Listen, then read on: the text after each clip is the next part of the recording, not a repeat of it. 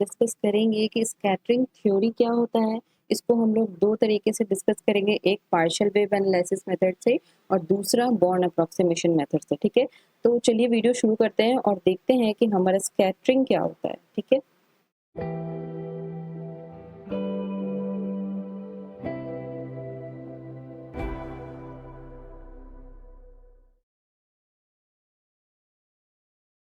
तो what is scattering? ठीक है, स्कैटरिंग होता क्या है? Scattering is a fundamental phenomena that occurs when waves और particles encounter target material leading to redirection or alteration of their path. It is through scattering experiments that important building blocks of matter such as atomic nucleus, the nucleons and the various quarks has been discovered. अब इसका मतलब क्या है? ठीक है, scattering होता क्या है? अगर हम कोई टारगेट को रख दिए, जैसे कि मान लीजिए कि ये हमारा कोई टारगेट है और उस टारगेट पे हम बीम ऑफ पार्टिकल्स को भेज रहे हैं। बीम ऑफ पार्टिकल्स को अगर हम भेज रहे हैं तो उसमें कोई पार्टिकल्स यहाँ से टकरा के निकल जाएगा, फिर कोई पार्टिकल्स इधर निकल जाएगा और हो सकता है कि कोई पार्टिकल जो है वो पूरा 180 डिग्री बना के वापस लौट जाएगा। ठीक है, तो हमें यहाँ पे देखना है कि कौन से एंगल पे कितने पार्टिकल्स जा रहे हैं और कितना हमारा एंगुलर डिस्ट्रीब्यूशन ऑफ पार्टिकल्स हो रही है, उसी को हम बोलते हैं स्कैटरिंग। तो यहाँ पे मेन मतलब क्या है, एक टारगेट रखा हुआ है, ठीक है, और उससे हम बीम पास करा रहे हैं, बहुत सारे इंसिडेंट पार्टिकल्स यहाँ पे हैं, तो डिफरेंट डिफरेंट एंगल्स पे डिफरेंट डिफरेंट पार्टिकल्स जा रहे हैं। ठीक है, जिसके कारण हमें स्कैटरिंग मिल रही है और ये जो स्कैटरिंग एक्सपेरिमेंट्स हैं, ठीक है, उसके वजह से हमारा बहुत ही अच्छा अच्छा जो भी हमें चीज़ें मिली है, जैसे एटॉमिक न्यूक्लियस का हमें पता चला है स्कैटरिंग से, फिर न्यूक्लियॉन्स क्या होता है वो हमें पता चला, फिर वेरियस क्वार्क्स क्या होता है जो न्यूक्लियॉन्स के अंदर होता है, उसके बारे में भी हमें पता चला सिर्फ और सिर्फ स्कैटरिंग के एक्सपेरिमेंट से। ठीक है, इसका और भी आप अच्छे से देख सकते हैं, रदरफोर्ड एक्सपेरिमेंट आपने अच्छे से पढ़ा होगा, ठीक है, बेसिक क्लासेस में। तो वही एक्सपेरिमेंट को यहाँ पे अच्छे से एलिब्रेट किया जा रहा है क्वांटम मैकेनिकली। ठीक है, तो अब देखिए ये जो हमारा स्कैटरिंग है, ठीक है, ये स्कैटरिंग हम अब कुछ इस तरह से देखेंगे। देखिए, ये ऐसे जो पार्टिकल्स जा रहे हैं, ये पार्टिकल्स इधर से टकरा के चला गया, ये पार्टिकल्स कुछ इस एंगल पे चला गया, ये पार्टिकल जो है कुछ इस एंगल पे जाएगा, ओके, और ये ब्लू पार्टिकल जो है ये 180 डिग्री बनाते हुए उसी डायरेक्शन में, अपोजिट डायरेक्शन में घूम के निकल गया। ठीक है, तो ये जो हमारा टारगेट है, ये टारगेट की वजह से जो भी पार्टिकल्स जिस एंगल पे स्कैटर हो रहे हैं उसको हम बोलते हैं स्कैटरिंग ऑफ द पार्टिकल्स। ठीक है, ये हो गया हमारा स्कैटरिंग। चलिए अब देखते हैं कि इसको हम मेजर कैसे करेंगे, क्वांटम मैकेनिकली हम इसको कैसे ट्रीट करेंगे, फिर पार्शियल वेव एनालिसिस मेथड से हम इसको कैसे करेंगे, उसके बाद फिर एक बहुत ही अच्छा मेथड है जिसको बोलते हैं बॉर्न अप्रॉक्सीमेशन मेथड। ठीक है, तो ये दो मेथड मैं इस वीडियो में और अगले के दो वीडियो में डिस्कस करने वाली हूँ, बहुत ही अच्छी वीडियो होने वाली है, प्लीज आप वीडियो को पूरा देखिए। ठीक है, सो स्कैटरिंग थ्योरी में हम सबसे पहले जानेंगे कि क्रॉस सेक्शन क्या होता है। ठीक है, cross section in scattering, so in scattering experiment, a monoenergetic beam of particles incident on a target. ठीक है, अब यहाँ पे मैंने mono energetic beam of particles का वर्ड क्यों यूज किया है? देखिए, अगर यहाँ पे जो भी हमारा पार्टिकल्स है, जैसे कि ये आई नॉट पार्टिकल्स है, ये यहाँ पे जा रहे हैं, तो ये पार्टिकल्स का अगर एनर्जी है ई नॉट, ठीक है, और इसका जो स्कैटर हो रहे हैं उसका एनर्जी अगर चेंज हो जाता है, तो ये जो एक्सपेरिमेंट है वो हमारा कुछ गड़बड़ हो सकता है। इसीलिए यहाँ पे जो है हम mono energetic beam of particles रखते हैं। अगर ये पार्टिकल्स ई एनर्जी से आ रहा है, देन स्कैटरिंग दो टाइप की होती है, एक होती है इलास्टिक स्कैटरिंग और दूसरी होती है inelastic scattering. So energy में भी चेंजेस हो सकते हैं, so we can also have to study the energy distribution. तो यहाँ पे हमें एक एंगल तो पढ़ना ही है, ठीक है, साथ में हमें एनर्जी डिस्ट्रीब्यूशन भी पढ़ना है। तो बीम जो है वो मोनो एनर्जेटिक होना चाहिए, बीम के हर पार्टिकल का एनर्जी जो है वो सेम होना चाहिए जो इस इंसिडेंट होगा। ठीक है, तो यहाँ पे हम क्या क्या पढ़ेंगे, यहाँ पे हम दो चीजें पढ़ेंगे। एक तो हो गया हमारा जो भी एंगुलर डिस्ट्रीब्यूशन, कितने एंगल पे हमारा कौन सा डिस्ट्रीब्यूशन ऑफ पार्टिकल्स जा रहा है वो पढ़ेंगे। दूसरी चीज हम ये पढ़ेंगे कि हमारा एनर्जी डिस्ट्रीब्यूशन क्या हो रहा है उस पार्टिकल का। ठीक है, तो यहाँ पे हो गया ये monoenergetic beam of particles incident on a target, then particles of beam are scattered at different angles with different energies। ठीक है, ये लाइन अच्छे से समझ में आ गया? Now we will study about the angular and energy distributions of the scattered particles. जो ये particles scatter हो रहे हैं उसका हम अब एनर्जी डिस्ट्रीब्यूशन और एंगुलर डिस्ट्रीब्यूशन के बारे में पढ़ाई करेंगे। देखिए ये इंसिडेंट फ्लक्स क्या होता है, ये जो है वो हमारा इंसिडेंट पार्टिकल्स यहाँ से जा रहा है जिसको मैंने यहाँ पे आई नोट डिनोट किया है। ठीक है, तो इंसिडेंट फ्लक्स क्या होगा, number of incident particles per unit time per unit area is defined as the incident flux. अब ये इंसिडेंट फ्लक्स यहाँ पे हम क्यों ले रहे हैं, क्योंकि आप जानते हैं कोई भी सरफेस इंटीग्रल अगर हम करते हैं किसी का भी, तो उसका जो अगर हम फील्ड निकालना चाहते हैं उसका अगर हम सरफेस इंटीग्रल कर रहे हैं तो हमें फ्लक्स मिल जाता है। ठीक है, so number of particles per unit time per unit area में कितने इवेंट्स वहाँ पे हो रहे हैं ये हम कैलकुलेट करते हैं इंसिडेंट फ्लक्स से। यूनिट एरिया यूनिट टाइम में कितने इवेंट्स कहाँ पे हो रहे हैं। ठीक है, पार्टिकल आए तो कितने पार्टिकल यूनिट एरिया में टकरा रहे हैं, ये चीजें हम कैलकुलेट करेंगे इंसिडेंट फ्लक्स से। ठीक है, अब देखिए यहाँ पे आउटगोइंग फ्लक्स भी होगा। आउटगोइंग फ्लक्स को मैंने यहाँ पे आई डिनोट किया है। नंबर ऑफ पार्टिकल्स स्कैटर्ड पर unit time per unit solid angle. ठीक है, यहाँ पे सॉलिड एंगल मेंशन है, ये मैं बताऊंगी आपको सॉलिड एंगल क्या होता है। Solid angle area is defined as a outgoing flux. तो यहाँ पे मैंने सॉलिड एंगल क्यों लिया है, देखिए अगर आप कोई भी टॉर्च को ऑन करते हैं, कोई भी आपके पास अगर घर में टॉर्च हो, अगर आप उसे ऑन करते हो तो आपका कैसे निकलता है लाइट, आपका लाइट कुछ इस तरह से निकलता है। ठीक है, तो ये जो आपका एंगल बनता है, ये जो एंगल बनता है इसको हम लोग बोलते हैं सॉलिड एंगल एरिया। तो इसी एरिया में ही कैलकुलेट होगा। देखिए इसी तरह के हमारे पार्टिकल्स जो हैं वो निकल रहे हैं बाहर, तो ये भी जस्ट लाइक एक यहाँ पे टॉर्च की तरह ही यहाँ पे बिहेव करेगा और ये पार्टिकल्स कुछ इस तरह से हमारे टारगेट से टकरा के निकलेंगे। तो यहाँ पे हम एक सॉलिड एंगल को कंसिडर करेंगे। ठीक है, यहाँ पे per unit time per unit solid angle area is defined as the outgoing flux. अब यहाँ पे सॉलिड एंगल कैसे होगा, देखिए अगर हम ये थीटा एंगल पे ले रहे हैं और ये छोटा सा एंगल जो है वो डी थीटा है, सो कार्टेशियन कोऑर्डिनेट के अनुसार, ये स्फेरिकल कोऑर्डिनेट के अनुसार ये कितना होगा, r square sine theta d theta and d phi. तो ये जो क्वांटिटी है, this quantity is known as the solid angle area. Sine theta d theta and d phi, this is known as d omega. D omega यहाँ पे क्या है, यही इसी को हम कहते हैं सॉलिड एंगल। ठीक है, तो ये आपको अच्छे से समझ में आ गया इंसिडेंट फ्लक्स और आउटगोइंग फ्लक्स क्या होता है। चलिए देखते हैं इसका और अच्छे कॉन्सेप्ट्स को सीखते हैं। अब देखिए ये बहुत ही इंपॉर्टेंट पॉइंट है, इससे रिलेटेड आपको हर समय क्वेश्चंस देखने को मिलेंगे एग्जाम में। ये है डिफरेंशियल स्कैटरिंग क्रॉस सेक्शन। अब डिफरेंशियल स्कैटरिंग क्रॉस सेक्शन क्या है, एक इंसिडेंट बीम के स्कैटर्ड बीम है। ठीक है, एक इंसिडेंट बीम है, एक स्कैटर्ड बीम है। ये हो गया हमारा इंसिडेंट बीम, ये हो गया हमारा स्कैटर्ड बीम। तो यूनिट एरिया में, किसी यूनिट एरिया में, ठीक है, किसी यूनिट एरिया में जो भी हमारा पार्टिकल इंसिडेंट हो रहा है और वो कितने पार्टिकल स्कैटर्ड हो रहे हैं, उन दोनों के रेशियो को हम कहते हैं डिफरेंशियल स्कैटरिंग क्रॉस सेक्शन। अब देखिए differential scattering cross section is defined as the ratio of outgoing flux and incident flux. Differential scattering cross section क्या होता है, it is the ratio of outgoing flux and the incident flux. ठीक है, जैसे torch on करते ही जो angle बनता है उसी के प्रकार यहाँ पार्टिकल्स के स्कैटरिंग का भी सॉलिड एंगल हमें बनने को मिलेगा। सो इसका क्या वैल्यू हो गया, d sigma upon d omega is equal to I upon I naught. This is the differential scattering cross section. तो differential scattering cross section tells probability of the scattering. ये प्रोबेबिलिटी ऑफ द स्कैटरिंग भी हमें बताता है, क्योंकि ये जो है वो डिफरेंशियल पार्ट है और ये हमारा incident and the outgoing flux है, तो ये हमारा प्रोबेबिलिटी भी बताता है कहाँ पे पार्टिकल्स कितने पाए जाएंगे। ठीक है, so this is probability of particles at angle theta and phi.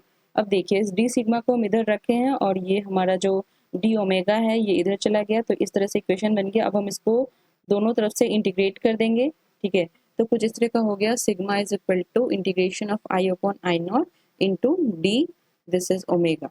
Now cross section, अब ये जो है उसको हम क्रॉस सेक्शन कर रहे हैं। Cross section is equal to I upon I naught sine theta d theta and d phi. So this is the cross section of that incident of that particles going through it, और ये हमारा cross section हमें यहाँ पे मिल गया। ठीक है, सो अब हम क्वांटम मैकेनिकल ट्रीटमेंट करेंगे। यहाँ पे देखिए अगर हमें ये दोनों चीज़, तो चलिए ये चीज़ तो हमें मिल गई, इसकी वैल्यूज तो हम जानते हैं, लेकिन हमारे पास ये क्वांटिटी नहीं है आई अपॉन आई नॉट। ठीक है, ये क्वांटिटी जो है वो हमारे पास नहीं है, ये आउटगोइंग फ्लक्स और इंसिडेंट फ्लक्स हमें पता नहीं है क्या है, और यहाँ पे हम पुट करना चाह रहे हैं, क्रॉस सेक्शन निकालना चाह रहे हैं। तो हम कैसे करेंगे क्वांटम मैकेनिकली ऐसा क्या होगा, पार्टिकल्स जो टारगेट तक आ रहे हैं तो उनके साथ वेव होगा तो वेव फंक्शन होगा, वेव फंक्शन होगा तो प्रोबेबिलिटी कांस्टेंट आएगा। ठीक है, यहाँ पे देखिए, अब हम इसका क्वांटम मैकेनिकल ट्रीटमेंट अगर करेंगे तो क्वांटम मैकेनिकली ऐसा क्या होगा कि पार्टिकल्स जो टारगेट की ओर आ रहे हैं उनके साथ क्या होगा ऐसा, जो हम अप्लाई करेंगे तो हमारा क्वांटम मैकेनिकल ट्रीटमेंट जो है वो सक्सेस हो जाएगा। देखिए, अगर पार्टिकल्स आ रहे हैं, ठीक है, ये पार्टिकल्स है और ये पार्टिकल्स इधर से आ रहे हैं, और ये हमारा टारगेट पोटेंशियल यहाँ पे गिवन है। तो अगर ये पार्टिकल्स आ रहे हैं तो इसका कुछ वेव होगा, अगर वेव होगा तो वेव फंक्शन होगा, अगर वो वेव फंक्शन को अगर हम जान लेंगे तो हम बता सकते हैं कि हमारा इंसिडेंट फ्लक्स जो है, इंसिडेंट जो हमारा पार्टिकल्स है वो उसका वेव फंक्शन क्या है। ठीक है, so let us consider a mono energetic beam of energy E incident on a target in Z direction. ठीक है, हमने ये कंसिडर कर लिया कि mono energetic beam of energy E incident on a target. So there is no force applied on the particles before scattering, means incident particles can be treated as free particles। अब हम देख रहे हैं कि यहाँ पे जो पार्टिकल्स आ रहे हैं, ठीक है, ये जो पार्टिकल्स आ रहे हैं उन पे कोई भी फोर्स नहीं लग रहा है, इन पे कोई भी फोर्स नहीं लग रहा है, तो ये अपने तरह से आ रहे हैं। ठीक है, यहाँ पे उनको कोई भी बाधा नहीं मिल रही है, तो ये पार्टिकल्स को हम एक फ्री पार्टिकल्स की तरह कंसिडर कर सकते हैं। ठीक है, सो these incident particles can be treated as free particles क्योंकि फोर्स यहाँ पे जीरो है। So therefore in quantum mechanics free particles can be represented by plane wave। हम जानते हैं कि अगर कोई फ्री पार्टिकल है तो उसके वेव फंक्शन को हम प्लेन वेव से डिनोट कर सकते हैं। तो incident part of wave function, अब देखिए यहाँ पे हमें incident part of wave function मिल गया जो कि होगा psi incident is equal to e to the power i k z. ये होता है plane wave equation where k is equal to root under 2me upon h cut square, where m is the mass and e is the energy of that particle। So quantum mechanically scattered part should be spherical wave। अब यहाँ पे देखिए, quantum mechanical treatment अगर हम कर रहे हैं तो हम पहले तो हमारा प्लेन वेव आ रहा है, उसके बाद हम कंसिडर कर रहे हैं कि जो हमारा वेव्स बन के निकल रहा है वो है स्फेरिकल वेव्स, क्योंकि यहाँ पे जो है वो सॉलिड एंगल बन रहा है। ठीक है, यहाँ पे से अगर पार्टिकल्स आ रहे हैं बहुत सारे और कुछ हमारा यहाँ पे टारगेट है, यहाँ पे कुछ टारगेट है, ठीक है, तो ये एक सॉलिड एंगल बनाते हुए यहाँ पे से जा रहे हैं। तो हम जानते हैं हाइजेंसबर्ग्स वेव फ्रंट का रिलेशन, उसमें से हम कह सकते हैं कि ये सॉलिड एंगल बना के जा रहे हैं तो ये हमारा स्फेरिकल वेव फ्रंट है। ठीक है, तो स्फेरिकल वेव बन के जा रहा है और ये हम क्वांटम मैकेनिकली यहाँ पे ट्रीट कर सकते हैं। सो स्फेरिकल वेव फ्रंट्स बाय हाइजेनबर्ग्स यहाँ पे हम ट्रीट कर सकते हैं। अब देखिए, तो scattered part of wave function is mixture of plane wave and spherical wave। ये हम कैसे कह रहे हैं, प्लेन वेव अगर यहाँ पे जा रहा है, प्लेन वेव को डिनोट करते हैं हम क्वांटम मैकेनिकली कुछ ऐसे, और ये है हमारा टारगेट पोटेंशियल। ठीक है, और ये है हमारा स्फेरिकल वेव और ये है प्लेन वेव। अब हम ऐसा क्यों कह रहे हैं, क्योंकि प्लेन वेव जो है कुछ यहाँ पे से पास कर जाएगा और कुछ जो है वो स्कैटर्ड हो जाएगा, तो जो स्कैटर्ड वेव हो जाएगा वो स्फेरिकल वेव के फॉर्म में निकलेगा, और जो जिसपे कोई असर नहीं पड़ा, इस टारगेट पोटेंशियल से टकराया ही नहीं। ठीक है, तो वो जो है हमारा प्लेन वेव जो है वो प्लेन वेव की तरह ही इस तरफ आ जाएगा, स्कैटर्ड वेव में हमारा सम हो जाएगा। ठीक है, तो ये जो है स्कैटर्ड वेव वो हमारा स्फेरिकल वेव और प्लेन वेव का जो है वो समेशन है। So scattered part of wave function is a mixture of plane wave and the spherical wave. ठीक है, psi scattered is equal to f theta phi e to the power i k r upon r. हम scattered wave को कुछ इस तरह से लिख सकते हैं। ठीक है, स्फेरिकल वेव का ये फॉर्मूला है जहाँ पे कि f theta phi, where f theta phi is equal to scattering amplitude which tells angular distribution. यहाँ पे एफ थीटा फाई जो है वो स्कैटरिंग एम्पलीट्यूड है जो बताता है एंगुलर डिस्ट्रीब्यूशन को। So quantum mechanically we can see diagram as, तो इस तरह से हम डायग्राम को दिखा सकते हैं क्वांटम मैकेनिकली। तो नाउ वेव फंक्शन, अब टोटल वेव फंक्शन कितना हो जाएगा, psi is equal to psi incident plus psi scattered, therefore psi is equal to e to the power i k z, this is the incident part, and plus f theta phi e to the power i k r upon r, and this is the scattered part. Incident wave function psi incident is equal to e to the power i k z, अब देखिए यहाँ पे हम अब कैसे find करेंगे incident flux को और आउटगोइंग फ्लक्स को। हम जानते हैं कि इंसिडेंट फ्लक्स जो है वो हमारा पर unit time per unit area में डिफाइन होता है, ठीक है। तो अब हम ऐसा क्या करेंगे जिससे हमें इंसिडेंट फ्लक्स और आउटगोइंग फ्लक्स जो है वो मिल जाए, ठीक है।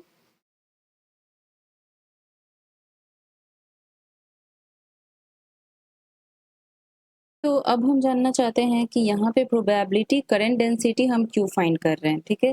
तो प्रोबेबिलिटी करंट डेंसिटी हम इसलिए फाइंड कर रहे हैं क्योंकि अगर वेव फंक्शन होगा तो प्रोबेबिलिटी करंट डेंसिटी ज़रूर होगा, ठीक है। और अगर प्रोबेबिलिटी करंट डेंसिटी है तो फ्लक्स होगा।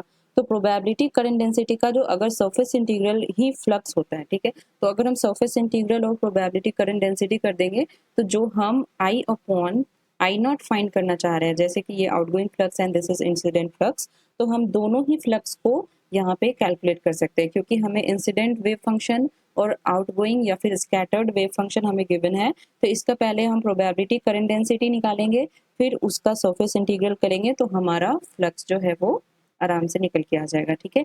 सो यहाँ पे अब हम निकालते हैं इंसिडेंट वेव फंक्शन के लिए। इंसिडेंट वेव फंक्शन हमें गिवन है e⁻⁴ and the probability current density of the incident part is J naught is equal to h cut k upon m and this is z cap direction, ठीक है। इसको हम ऐसे भी लिख सकते हैं, देखिए ये probability current density का फॉर्मूला होता है I h cut upon 2m and this is psi, this is gradient of psi star and this is conjugate minus psi star and this is psi, ठीक है। तो कुछ इस तरह का इक्वेशन आप फाइंड करोगे, ये वैल्यू आप यहाँ पे पुट करोगे, ठीक है। साई के जगह पे फिर साई कॉन्जुगेट के जगह पे आप यहाँ पे माइनस आई पुट कर देना। उसके बाद आप देखना कि आपको जो इक्वेशन मिलेगा वो कुछ इस तरह से होगा, ठीक है। सो ये इक्वेशन कितना हो गया, J naught is equal to h cut k upon m and z cap direction में। चलिए अब देखते हैं स्कैटर्ड वेव के लिए। अब अगर हम इंसिडेंट फ्लक्स निकालना चाह रहे हैं, ठीक है, तो incident flux I naught is equal to J naught dot d s. अब हम यहाँ पे इसका सरफेस इंटीग्रल कर देंगे ताकि हमें इंसिडेंट फ्लक्स मिल जाए। तो ये हो गया इंसिडेंट फ्लक्स। अब इसका वैल्यू पुट करेंगे, ये जेड के 1 हो गया और ये डी एस इंटीग्रेशन जो है ए एरिया में यूनिट एरिया हम ले रहे हैं तो ये ए एरिया जो है ए के 1 के इक्वल हो जाएगा, ठीक है। सो इंसिडेंट फ्लक्स अब हमें यहाँ पे मिल गया, incident flux I naught is equal to h cut k upon m. ये हो गया हमारा equation number 3। Now the scattered part psi scattered is equal to f theta phi. This is the amplitude and e to the power I k r upon r. This is the spherical wave function. Okay. So outgoing probability current density क्या हो जाएगा, J is equal to h cut k upon m and this is f theta phi का mod square, ये हो गया हमारा amplitude का square and this is r square. उसी इक्वेशन में आपको पुट करनी है, ठीक है। उसके बाद आप देखोगे कि ये जो स्कैटर्ड पार्ट है वो कुछ इस तरह से वैल्यू आपको मिल जाएगा। ये हो गया equation number 4 and this is outgoing flux I is equal to j dot d s. अब हम यहाँ पे जे का वैल्यू पुट करेंगे तो हमें आउटगोइंग फ्लक्स यहाँ पे मिल जाएगा। सो यूनिट सॉलिड एंगल के लिए अगर हम फाइंड करना चाह रहे हैं तो डी जो ये ओमेगा है d omega is equal to 1 हो जाएगा और ये हमें कुछ इस तरह का इक्वेशन मिल जाएगा आउटगोइंग फ्लक्स के लिए, ठीक है। तो ये हमें मिल गया। अब देखिए ये हो गया I is equal to h cut k upon m and this is f theta phi का मोड स्क्वायर। ये अब मिल गया हमें outgoing flux. Now the differential scattering cross section किसके इक्वल होता है, वो होता है outgoing flux upon incident flux.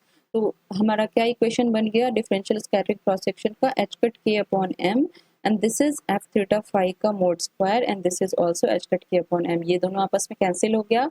सो लास्टली अब हमारा इक्वेशन किस में कन्वर्ट हो गया, d sigma upon d omega is equal to f theta phi का मोड स्क्वायर, ठीक है। ये इसके इक्वल आ गया। ये हो गया हमारा differential, this is differential scattering cross section. Okay, ये हो गया हमारा, कर देंगे, ठीक है। तो इंटीग्रेशन कर देंगे तो ये डी ओमेगा जो है वो इधर चला जाएगा। तो इस तरह से हमें ये मिल गया क्रॉस सेक्शन, ठीक है।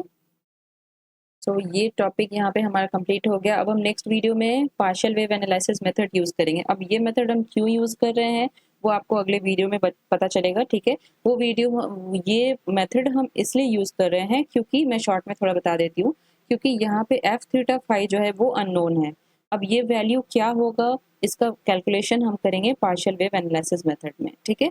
तो बने रहिए इस वीडियो में, और अगला वीडियो पार्शियल वेव एनालिसिस और बॉर्न अप्रोक्सीमेशन का वीडियो ज़रूर देखिए, तब आपको पूरा अच्छे से डिटेल अच्छे से स्कैटरिंग थ्योरी का पता चल जाएगा। तो ये वीडियो यहाँ पे हो गया कंप्लीट, और आपको कोई भी डाउट हो तो प्लीज़ मुझे कमेंट सेक्शन में पूछ ले, कोई भी दिक्कत होगा तो मैं बता दूंगी। Okay, thanks for watching guys.